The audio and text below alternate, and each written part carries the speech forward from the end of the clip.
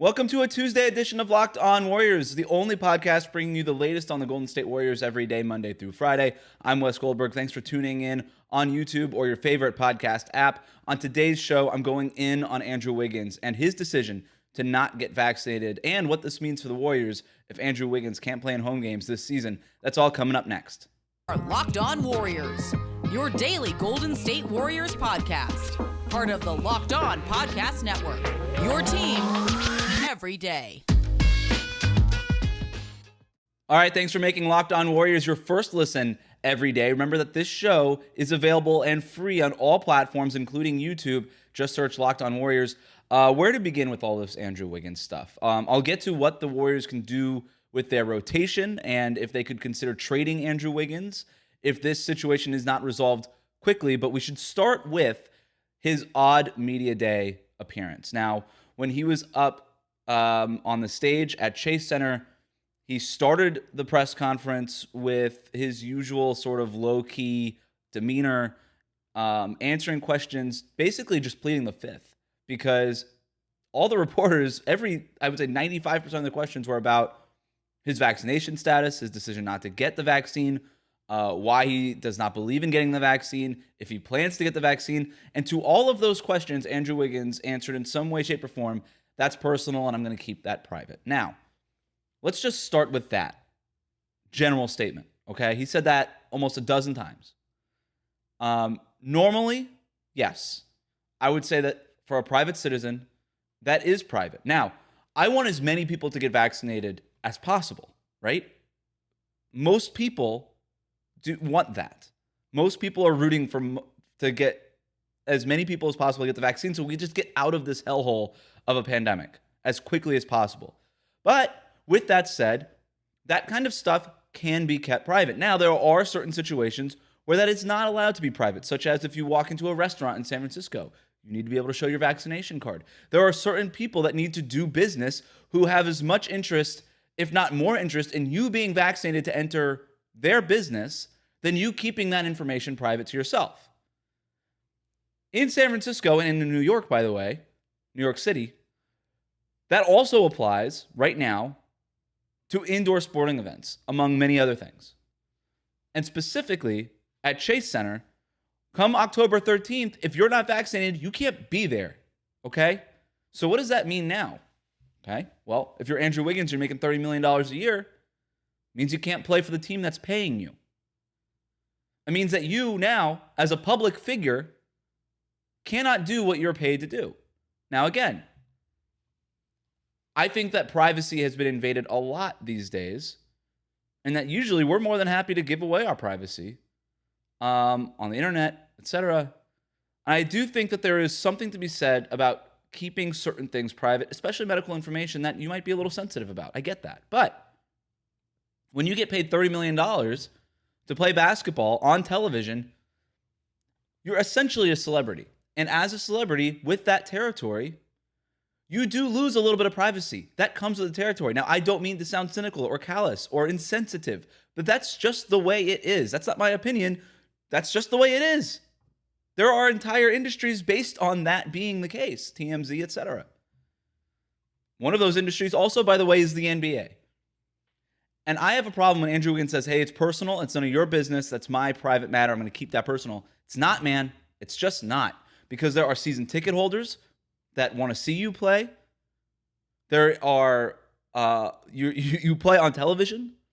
And it's people like Andrew Wiggins, and while we're at it, people like Kyrie Irving, and people who are just so anti-media with this kind of stuff that say, I just want to play basketball, Kawhi Leonard. I just want to play basketball. Why should I have to do this media stuff? You don't get paid max money to play basketball. You get paid max money to play basketball on television in between car and beer commercials. That's what you get paid to do. You're not paid $30 million because you're good at basketball. You're paid $30 million because you're good at basketball on TV. So if you don't want this territory where you do get a little bit less privacy in exchange for celebrity fame and fortune, and by the way, the ability to just play basketball for a living, if you don't want that, you could still be great at basketball, but you could do it somewhere else. You could do it on a hardtop in Brooklyn or something. You could do it at your local YMCA. You could sign up for the 24-hour fitness in Walnut Creek and just do it there. You could be the best player on the court there. Nobody's going to bother you. You'll be great at basketball still. Nobody will bother. You'll win a bunch. Nobody will bother you.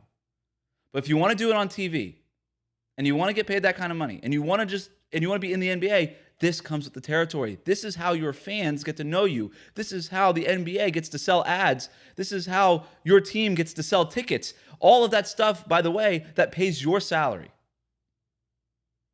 So no, you don't get to hide behind pleading the fifth, essentially. You don't get to hide behind, that's private, I'm going to keep it personal. You don't get to do that. And so Andrew Wiggins started the press conference in his normal subdued tones. Hey, I'm going to keep that private. I'm going to keep it personal. I'm just going to keep that personal. Just going to keep that personal. But after a while, what happened? Well, reporters did what reporters have to do, and they kept prodding. And by the way, there was a lot of stuff on Twitter and stuff about how the media is, prying and they're being insensitive. That's their job, okay? It can't just be all kumbaya all the time. Oh, Andrew, he doesn't want to get the vaccine. It's his right. Why don't you want to get it? No comment? All right, did my job. No. Credit to them for pushing. Because, and I'll give Janie McCauley from the Associated Press tip of the cap here. She said something to the fact that, hey, we're trying to, this isn't just one-on-one, man. It's not like Janie McCauley wants to know Andrew Wiggins' vaccination status. It's Janie McCauley, who works for the Associated Press, knows that people want to know, people who read her want to know about Andrew Wiggins' vaccination. People that read her, who, by the way, are Warriors fans who pay for tickets that pay Andrew Wiggins' salary. They want to know why Wiggins doesn't want to get vaccinated and could miss 41 games at Chase Center this season in a year that they are trying to be a title contender and get back to the playoffs after missing it for 2 straight years. They want to know that. Janie McCauley doesn't really care. I'm telling you that right now. I don't care if Andrew Wiggins is vaccinated. I don't. I know that you care because you're a Warriors fan and you want to know if he's going to play or not. And if he's not, why? Why is he not playing? And why are my ticket prices going to be the same if one of the best players on the team is not playing? That's what you want to know. And I understand that. Andrew Wiggins does not understand that. He says it's none of your business. It is, man. It kind of is now. Because when people are paying money out of their pockets to pay your salary, it becomes their business. And it's not just your business anymore. That's just the way it is. So he gets frustrated, says, that's my business, not your business. That's my problem, not your problem. All that stuff. Okay? He is right about that. It is his problem, not our problem. It's not my problem. Not Janie McCauley's problem. Not Monty Poole's problem. Not Marcus Thompson's problem. It's none of their problems. It's his problem. And it's going to be a problem. And it's already becoming a problem. Steph Curry had perhaps his strongest comments. This is maybe the most I've ever heard Steph Curry try to influence one of his teammates in a public setting when he went out there and said, let me pull up the quote here. We hope he's available. If not, we're going to adjust accordingly. We hope not. Steph Curry went on to say, he hopes that the right information is getting to Andrew Wiggins and all of that kind of stuff. I mean, saying, hey, Andrew Wiggins, read the right information, get the right information, make the right decision here, is what Steph Curry said earlier in Media Day, and I covered this on Monday. Steve Kerr, Bob Myers, they seem very optimistic that Andrew Wiggins is going to get the vaccine, okay? So then all of this stuff is happening. Andrew Wiggins gets off the media, the stage there from Media Day, from his Media Day session, is walking out of the room, rolls his eyes, and then passes by new Golden State Warrior player, Nemanja Bjelica, who says, get the shot. Just, kind of poking fun a little bit but, hey, he was being honest about it too. His teammates want him to get the shot. Andrew Wiggins replied to Bjelica, tough crowd in there. Dude, what did you think we were going to ask you about? What did you think the media was going to be curious about? Did you add 10 pounds of muscle? Hey, what was your offseason like? Did you go on vacation? You visit Turks and Caicos? Like, what'd you do? No, nobody cares about that, man. Tough crowd in there. What did you think the media was going to ask you about? If you were working on your 3-point shot over the summer? We're going to give you a David Letterman and you're going to go 110% this year? What did you think we would want to know about in the media? What did you think? You don't want to get vaccinated? Fine. But don't expect not to have to answer those questions. I don't know what world you think you're living in if you don't think that those questions aren't going to be asked of you. Tough crowd in there. I'm sorry. So here's the deal now.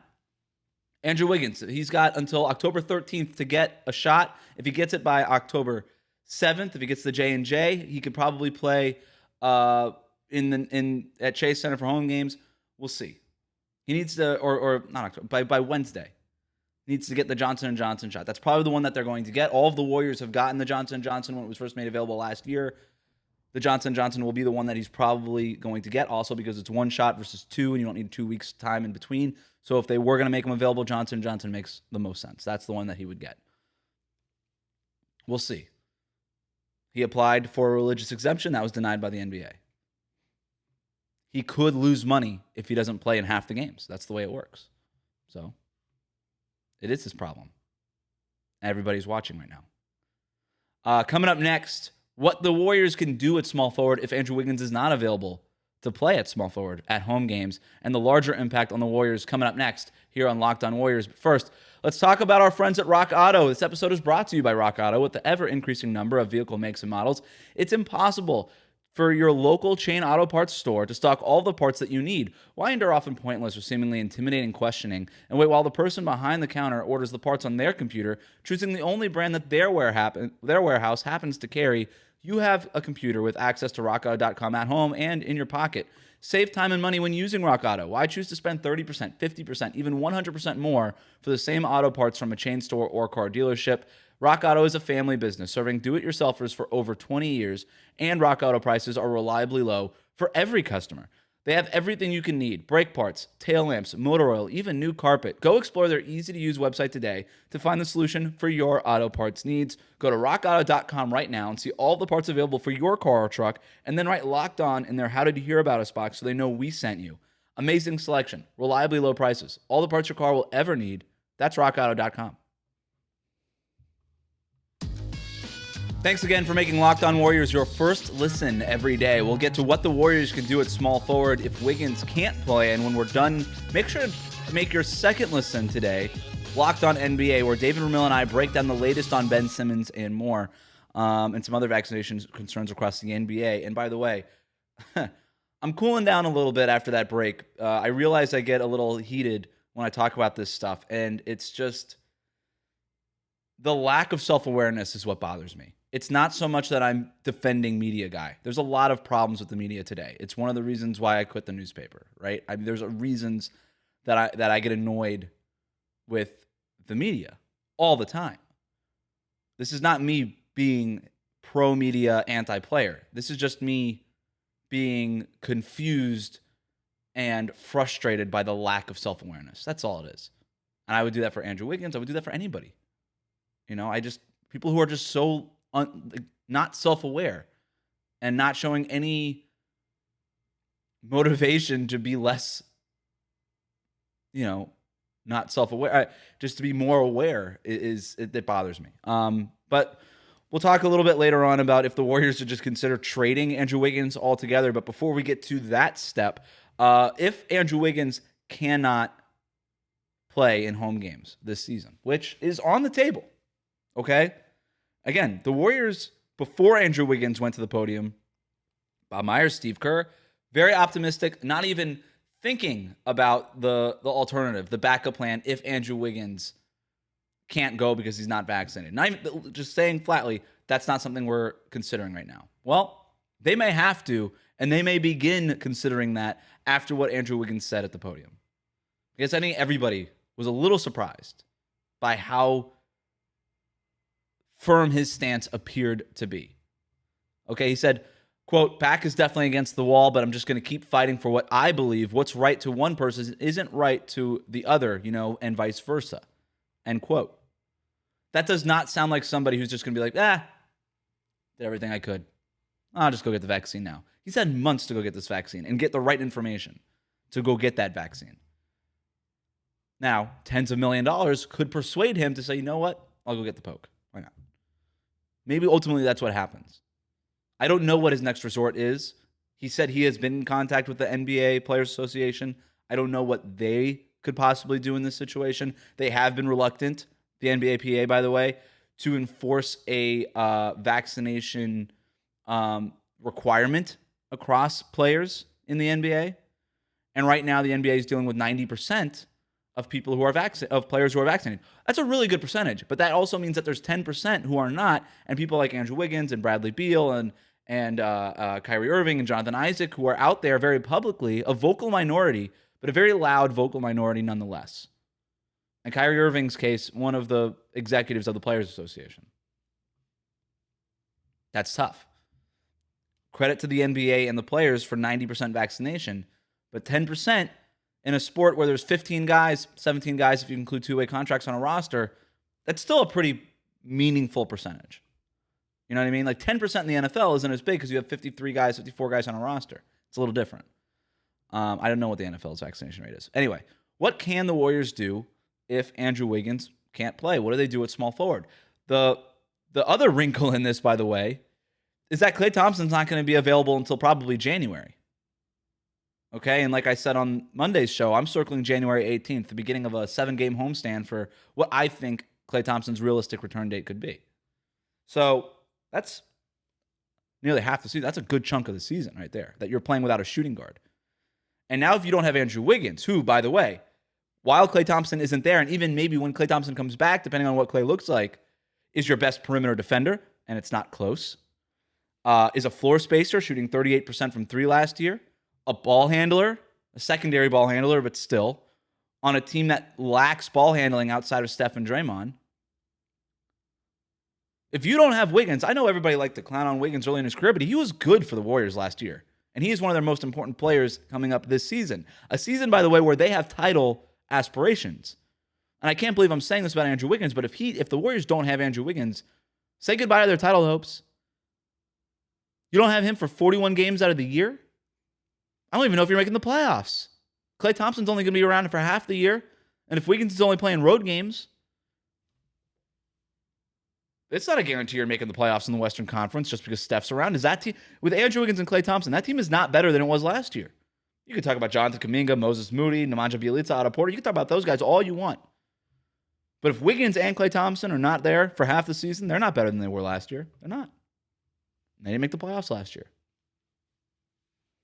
So what can the Warriors do? If at small forward, well, it depends on what they do at shooting guard first. Jordan Poole said that he would like to be the starting shooting guard.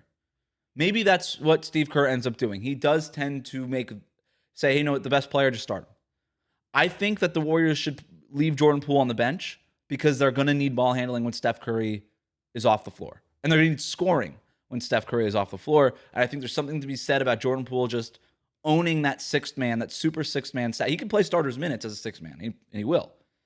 But owning that role, and to use a coach's cliche, starring in your role. There's something to be said about that. Because once Klay comes back, then Jordan Poole is going to have to go back to the bench. And then he's going to have to learn, a new rotation, a new thing. I don't know. So I actually think that if I were the Warriors, I would probably start Damian Lee at shooting guard. Is he your best option there? Is he the best player at that spot? No. But it still maintains the integrity of your rotations so that when Klay comes back, it doesn't have this domino effect of, okay, now Jordan Poole, you got to go to the bench, and now the second unit has to learn how to play around Jordan Poole because he's going to be the fulcrum of the offense on that second unit instead of whoever it was when Jordan Poole was starting for Klay Thompson, all that stuff. You don't have to do all that. You don't have to jump through those hoops. You don't have to figure out all that calculus. You can just say Jordan Poole is the sixth man. He's going to win. His goal is to win sixth man of the year. While Klay isn't playing, Damian Lee can start. He tries hard on defense, good rebounder at his position, makes threes, clutch at the end of games. We've seen that last year. You could do worse. And you got Steph and you got Draymond, and he's bracketed by those guys. Kevon Looney. That's what I would do. So let's say that's what they do. They start Damian Lee. Well, what do they do at small forward? I think they'll just start Otto Porter Jr. That's the easiest solution. It makes the most sense. Otto Porter, no, not as mobile as Andrew Wiggins on offense or on defense, but he's long. Hypothetically, theoretically, he could defend multiple positions. He would be that ace. He would be your number one wing defender while Klay and Andrew Wiggins were not playing. Not going to be as good as those guys, but there's something there. And then he can obviously make threes. That much we know. Can he stay healthy is the big question. If he can't stay healthy, then maybe you just start Jordan Poole and Damian Lee and you say, three-guard lineup, let's just try to outrun these guys.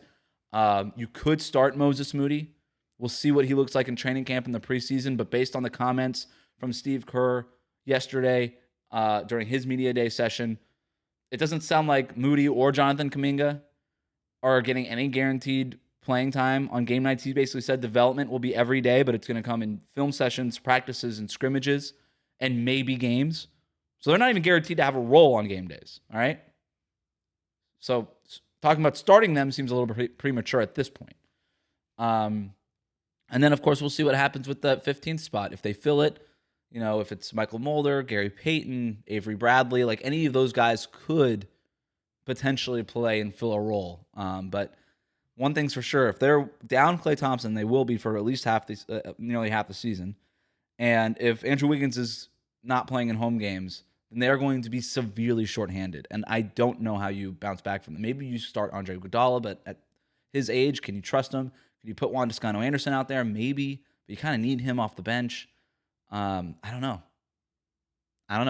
That's not a problem Steve Kerr wants to have, though. They just hope that Andrew Wiggins is available, and then they get Klay Thompson back in January. And that's the larger impact for the Warriors, right? It's that if it's this simple.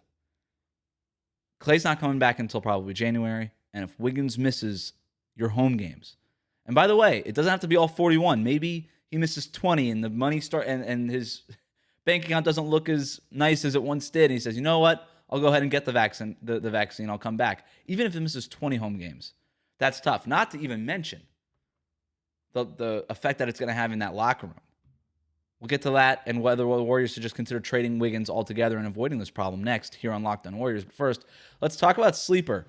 In 2018, the fantasy sports experts at Sleeper realized that fantasy basketball was broken. Games were being won and lost based on whose players had more scheduled games that week. It made no sense and required very little strategy. So, in 2020, Sleeper released a brand new way of playing fantasy basketball, and it's called Game Pick, and it's only available on Sleeper. In Game Pick, owners pick a single game per week for each starter to count towards their team's total score, ensuring an even number of games played between opponents. The days of losing because your opponent's players simply had more scheduled games to play in that week are over. The days of mindless daily busy work are over. The days of giving up halfway through the season because of that busy work, also over. In Game Picks, you pick one game per week for each player based on whatever you want. Player matchups, home versus away, opponent's defensive rating, pace of play, all of that and more.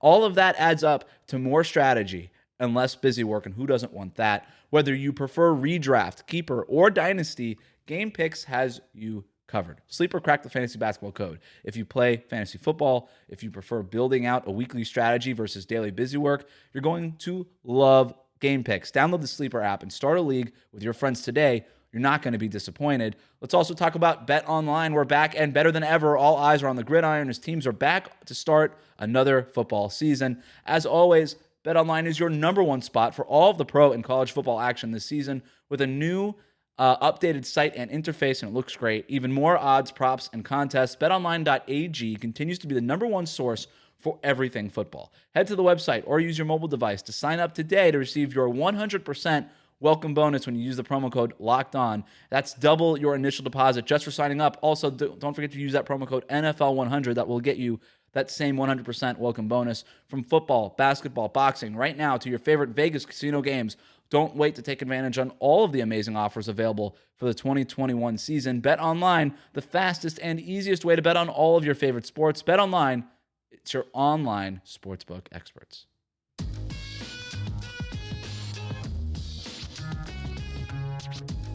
So the big question left,